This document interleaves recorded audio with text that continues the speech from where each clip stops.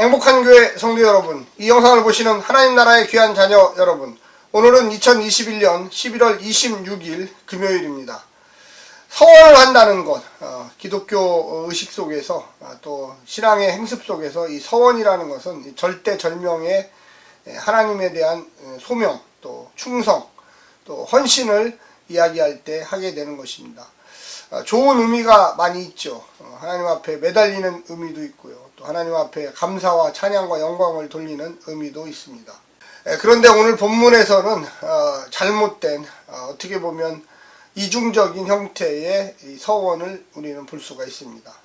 무언가 잘못돼도 크게 잘못되었다라는 인식을 결코 버릴 수가 없습니다. 우리가 하나님 앞에 서원한다는 것, 물질의 서원, 또 소명의 서원, 또 자녀의 서원, 또 자기 자신의 인생에 대한 방향성의 서원을 한다는 것은 어떻게 보면 상당히 좋은 것이지만 자기 외에 기타 여러 가지의 타인에 관련된 것들을 서원한다는 것은 참 조심스러워야만 하겠습니다. 우리가 하나님께서 모든 걸 다 받으신다, 이런 내용도 참 이상한 이야기지만, 또 하나님께서 모든 것을 안 받으신다, 이것도 또한 이상한 이야기입니다. 받고 안 받고는 하나님이 결정하실 문제고요. 또 하나님께서 의도한 대로, 또 선한 대로 이 서원이 잘 사용된다면 아름다운 것이라고 할 수가 있겠습니다. 그런데 인간의 욕심, 나의 욕심, 나의 뜻을 이루기 위해서 하나님을 끌어들인다는 것은 잘못하면 범죄에 휘말릴 수가 있고요. 그릇된 욕심, 또 어떻게 보면 하나님을 수단과 방법으로 사용하려고 하는 인간의 악한 본성에 근거할 수가 있겠습니다. 오늘 본문 먼저 사사기 11장 29절부터 40절까지의 말씀을 듣고 다시 오겠습니다.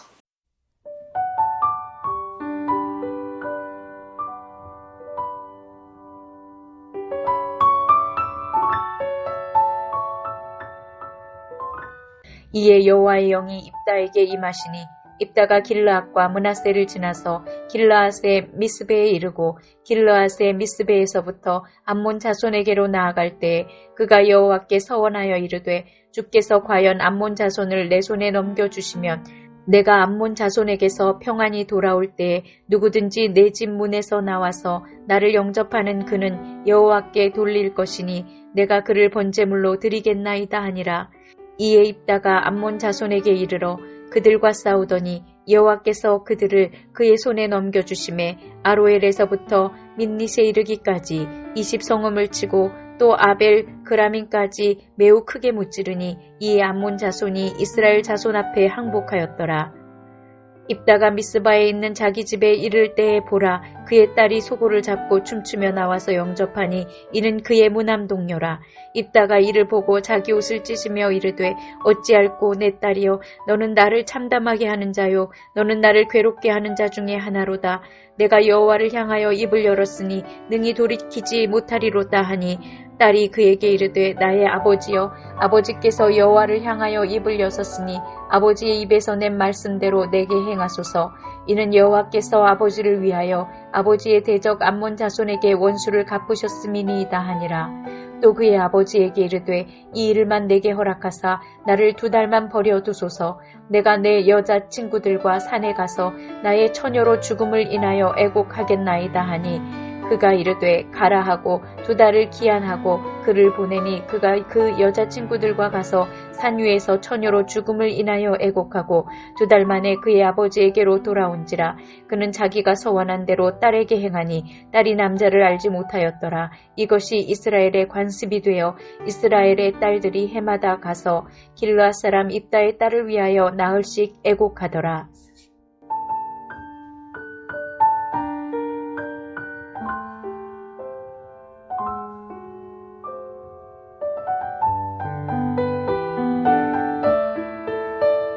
이제 입다가 사사로 임명을 받아서 이 암몬 군대하고 싸우기 위해서 미스바라고 하는 똑같은 지명입니다. 성경에 2가지가 다 나오는데 미스베도 나오고 미스바도 나옵니다.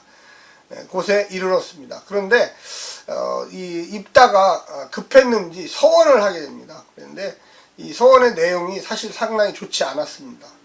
왜 그러냐면 하나님, 내게 이 암몬을 물리칠 수 있는 힘을 주시고 또 이 전쟁에 대승한다면 내가 돌아갈 때, 금이 환영할 때 제일 먼저 나오는 사람을 하나님께 번제물로 바치겠습니다라고 이야기하고 있습니다. 31절 후반부에 보면 내가 그를 번제물로 드리겠나이다 이렇게 이야기하고 있는 거죠.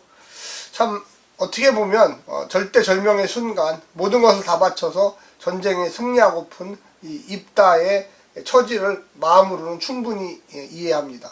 그런데 이미 벌써 하나님께서 내가 너와 함께하리라 약속을 하셨어요. 하셨고 또 어제 본문에 보면 입다가 이 암몬의 왕들에게 사신을 보내서 너희들의 이 부당성, 이 길앗이라고 하는 땅을 달라고 하는 이 부당성에 대해서 분명히 지적을 했습니다. 어떻게 보면 의와 진리의 길을 잘 걷고 있었던 이 입다가 전쟁이라고 하는 절대절명의 순간에 마음이 약해져 버린 거죠. 하나님이 함께 하신다는 것을 잊어버렸어요. 어떻게 보면 너무 과장되고 너무 지나치게 또 어떻게 보면 서원이라고 하는 이 모습을 드러내면서 자신의 야욕을 채우려고 했던 거죠. 이 말은 뒤집어서 얘기하면 하나님의 승리에 대한 확신을 믿지 못했다는 거예요. 거기다 플러스 자기의 노력을 어떻게 해보려고 했던 어떻게 너무나 인간적인 입다의 모습을 보게 됩니다. 우리가 이 신앙생활을 이렇게 하면서요, 하나님 앞에 물론 서원할 때도 있습니다. 뭐 그것이 자체가 잘못했다 할 수는 없는데 너무 지나치게 하나님을 불신하는 마음으로 안 해주시면 안 됩니다. 무조건 해주십시오. 그래서 서원한다는 것은 내 야욕, 인간의 야욕을 채우기 위해서 이 서원을 하는 거지 하나님의 뜻을 이루어드리기 위해서 서원하는 것은 아니거든요. 제 평생에 주와 함께 동행하겠습니다. 제 평생에 목회자의 길을 가겠습니다. 선교사의 길을 가겠습니다. 이런 거하고 하나님 제가 이것을 했는데 이렇게 큰 물질적인 축복을 해주십시오. 뭐 이것을 이렇게 했는데 뭐 이 사람과의 관계가 좋아지게 해주십시오. 물론 좋은 수단일 수가 있지만 너무나 지나친 자신의 의욕 또 야욕을 가지고 시작한다면 이거는 부정할 수밖에 없습니다. 34절부터 마지막 절까지 이렇게 이제 보게 되면 전쟁에 승리하고 돌아오는 순간, 금이 환영하는 순간 제일 먼저 나왔던 사람은 자기 딸이었습니다. 외동딸, 무남동료라고 34절에 나와 있는데 외동딸이 나온 거예요. 그러면 하나님께 자기 외동딸을 번제물로 드려야 되는 순간이 온 거죠. 하나님께서 약속을 받으셨는지 안 받으셨는지 모르겠지만 자기가 약속을 한 거예요. 혼자 약속한 것도 아니고 아마 군사들 앞에서 내가 승리하고 돌아가면 제일 먼저 나를 환영하는 사람을 번제물로 드리리라. 그러니까 자기께에 자기가 넘어간 경우입니다. 어찌할꼬 내 딸을 번제물로 드려야 하다니. 서로 마음의 아픔. 전쟁에 큰 승리는 거두었지만 자기 딸을 하나님께 번제물로 드려야 되는 것. 근데 우리가 번제물 하니까 이 구약 성경에는 하나님께 드리는 번제물은 항상 동물이었습니다. 소나 양이나 뭐 이런 거였죠. 그런데 갑자기 이 인신제사, 사람을 번제물로 드린다는 거, 이거는 가나안의 우상숭배 문화예요.